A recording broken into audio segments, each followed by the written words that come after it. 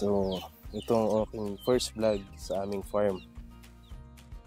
Naghihintay na yung ating mga native chicken. Gutom na sila. Okay, tara. Titimplahin na natin yung kanilang pagkain. Yung pagkain nila ay feeds at kaunting binlit, yung maliliit na bigas. Tapos, lalagyan natin ng darak na yun.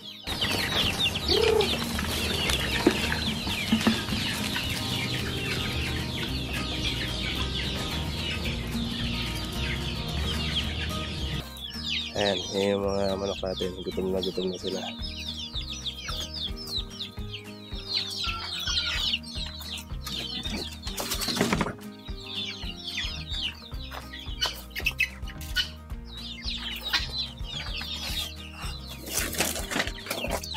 Lagyan natin ng sa kalahating peach shell na feeds ay na darak. Ang dami. Dito tayo sa maaraw.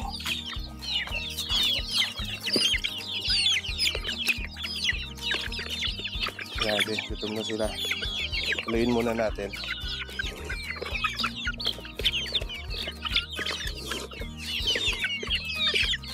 Mag-suggest kayo guys kung mga friend pala. Suggest kayo friend kung anong magandang pakain sa mga native na tipid.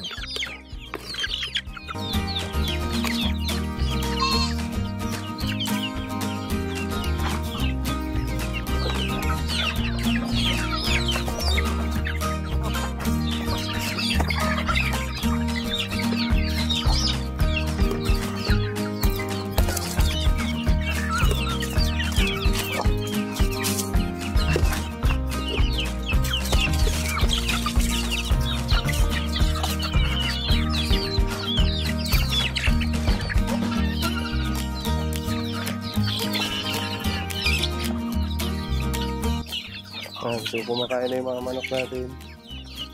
Pati kambing kumakain. Gusto nila dahil may feeds.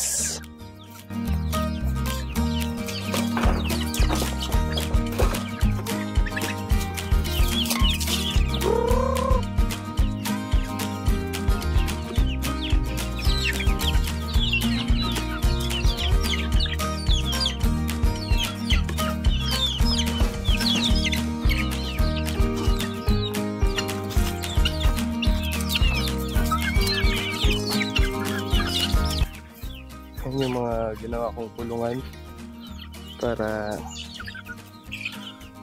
dyan sila natutulog paggabi para hindi sila atakin ng pusa. Ligtas sila sa mga predator.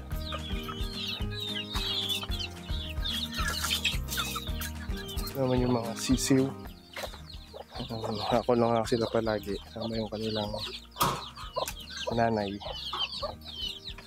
Para kahit malamig. Purong feeds ang ibibigay natin sa kanila.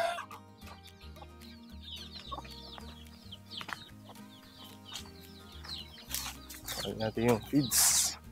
Ito yung goat house number 1.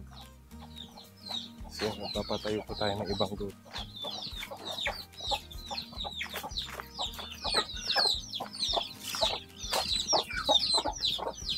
Mga sisiw natin, mga 2 weeks old na mga sisiw kasama yung mga inahin.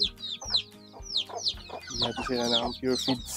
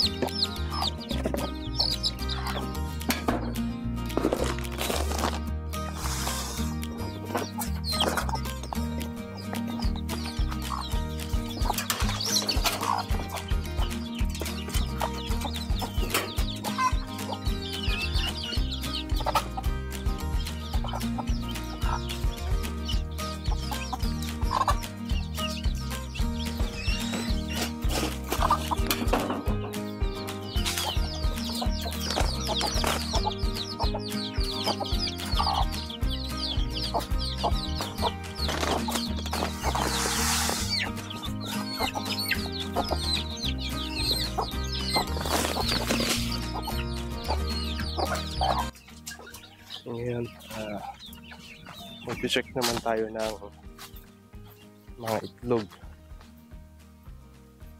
Tignan natin kung kumusta na yung mga nangingitlog, yung mga napisa na ba. So, ito, sisimula pa lang. Ilang linggo pa lang. Ito. Uy, grabe. Ang dami naman na ito.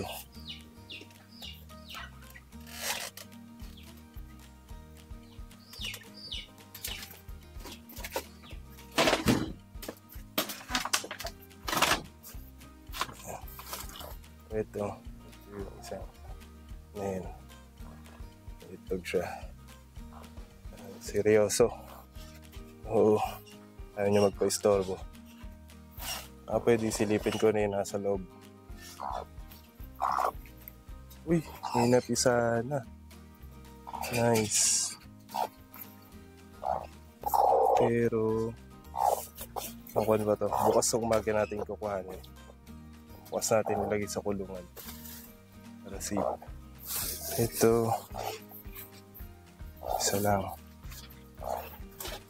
Ito. Tatlo. Okay. So, sa 1, 2, 3, 4, 5. Sa 5, baki. Baki kasi tawag dito sa amin eh. Sa pinag-iitlogan ng manok. Hindi ko lang kung Ilocano yun. Baki. Sa 5 baki, 5 yung nangingitlog. So, punuan. Pulibok. Pulibok yung mga baki. So, dito tayo ngayon sa ikalawang bahay ng itlogan ng mga manok. So, ito, seryoso rin siya. Ang nagbabantay mabuti sa mga itlog. Ito rin, isang manok na itim. Isang walang manok. Okay. So, itong isang baki, may isang itlog, wala yung nanay. So, yun, walang laman. Walang laman. So, dito sa ikalawang itlogan ng manok, sa 6 na baki, ay 4 lang yung may nangingitlog. So, may 2 bakante pa. May 2 slot pa. So, sa mga ibang manok na gusto pang magpabook, saan sila mangingitlog, pwede pa. May 2 pang bakante. Jibot pa tayo konti para makita niyo yung aming farm. Yung mga kambing natin.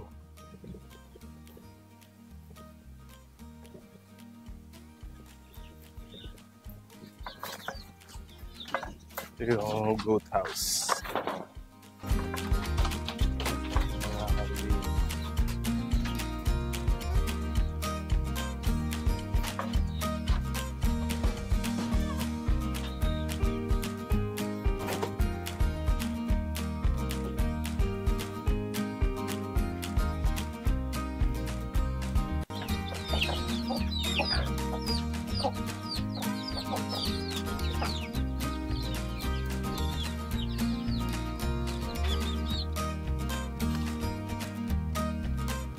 Ito yung ating mini farm, Aban Farm. So nagsisimula tayo ng mga native chicken at native goat. At dahil maraming mangga, ito din ay mango farm. Pero marami pa tayong pagdadaanan para mas malaman natin kung talagang paano ang mango farm. At ito yung aking first vlog. Sana ay suportahan ninyo ang aming, suportahan nyo ako. Dahil kahit medyo mahihayin tayo, tatry natin mag-vlog. Isa akong Gen Z na farmer. And ano ba? Isa akong Gen Z farmer. And sinusubukan natin mag-farm para may pagkakitaan at passion din natin to. And hopefully sana magtuloy-tuloy itong vlog na to. Isa rin akong graphic designer, and logo design, poster, mga magazine, and may mga video editing din tayong ginagawa. And so, check nyo na lang yung page ko na Will Graphics about graphic design.